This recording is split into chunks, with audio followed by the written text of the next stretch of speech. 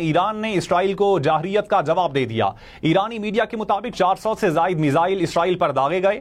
80% ने हदफ को निशाना बनाया। इसराइली दारुल तेल अवीव और मकबूजा बैतुल मक़दस के इलाकों में भी कई मिसाइल गिरे। ईरानी मीडिया के मुताबिक मिसाइल हमलों में इसराइली फजाई अड्डों और समंदरी गैस प्लेटफॉर्म्स को नुकसान पहुंचा। प्रेस टीवी की जारी करदा वीडियोज में इसराइली फौजियों को मिसाइलों से बचने के लिए जमीन पर लेटे हुए देखा जा सकता है। तर्जुमान व्हाइट हाउस मैथ्यू मिलर इस वक्त प्रेस ब्रीफिंग दे रहे हैं। Messages it has sent to the U.S. government that have not been true. They have done that a number of times over the last few months, and this is one of those examples. And you're saying up till now, up till when you took the podium, I guess, there was no sort of diplomatic note from the Iranians explaining their action? Correct. Just to follow up on their statement from in the UN, they said that this attack in response to the violations for their sovereignty and also attacks against their nationals. Now, sovereignty, the attack on Ismail Haniya on their territories, do you think this is a legitimate argument for them? No, of course it's not.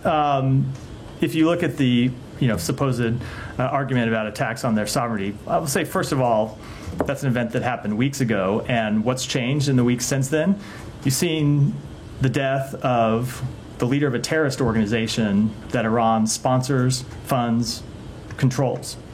That's what's changed. And to the extent that any Iranian officials have been killed in the past few days in Lebanon or in Syria, it's because they were meeting with terrorist organizations, meeting with terrorist leaders. And it goes to the point I made a moment ago, which is what you saw Iran to do today was come to the defense of a terrorist organization. I don't think it holds water when you look at all the events of the past few weeks that this event had anything to do with Iran's sovereignty.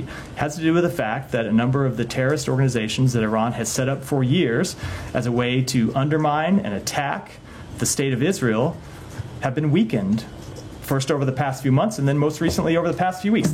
It's quite clear that's what they're responding to. Okay, and one question on Lebanon. I know now everybody is concerned about a wider war, about escalation, but also there are concerns about repercussions in Lebanon. I'm talking about the humanitarian situation, about maybe civil war at some point. So are you talking to the Lebanese? What are your concerns? What are you doing? Are you talking to the LAF? You've been supporting the LAF, and yesterday you were talking about stability and their role in the stability within Lebanon. Who are your partners in Lebanon? So let me speak to first, you kind of mentioned on the way into the question, the humanitarian situation. We are working to address the humanitarian situation in Lebanon. I would note that the United States has been one of the, if not the largest contributor to humanitarian relief for the Lebanese people.